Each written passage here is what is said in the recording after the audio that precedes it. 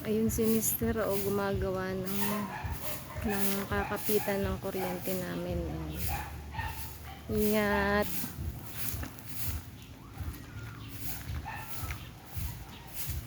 Pinatay muna dun sa breaker, tapos ayan, inaayos niya.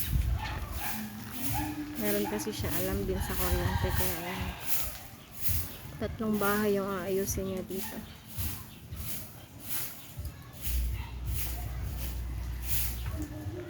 Saan ililipat yan?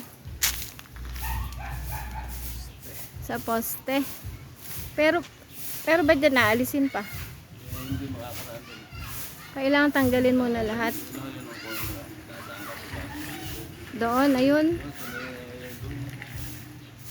Doon sa may bahay na ginagawa. Ginagawa kasi yung bahay doon na isa nakasayad yung kuryente namin, kaya pinapaayos. Yan, ingat.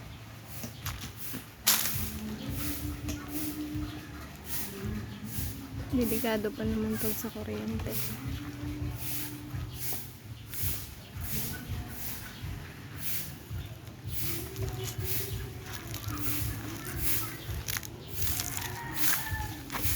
Saan ba yun? Doon? Ay, ayun, doon. Yun sa may bahay na yun, ginagawa. Nasayad yung kuryente. Kaya ayusin.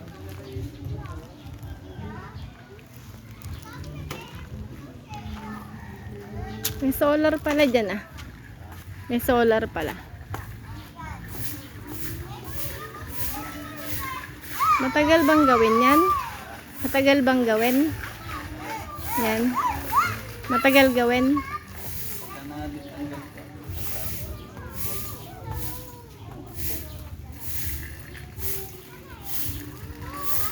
Paano kung di umabot?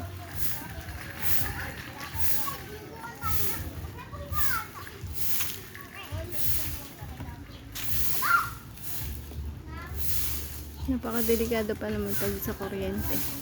Kaya pinatay muna dun sa may breaker sa amin. Pati yun dun kila ate po rin sa kakila kuya, pinatay mo dun? Yung mga breaker nila. Hindi pa naman tinatanggal. Oh, ganun ba? Yan, bumabaga muna siya. Ayusin na ang kuryente.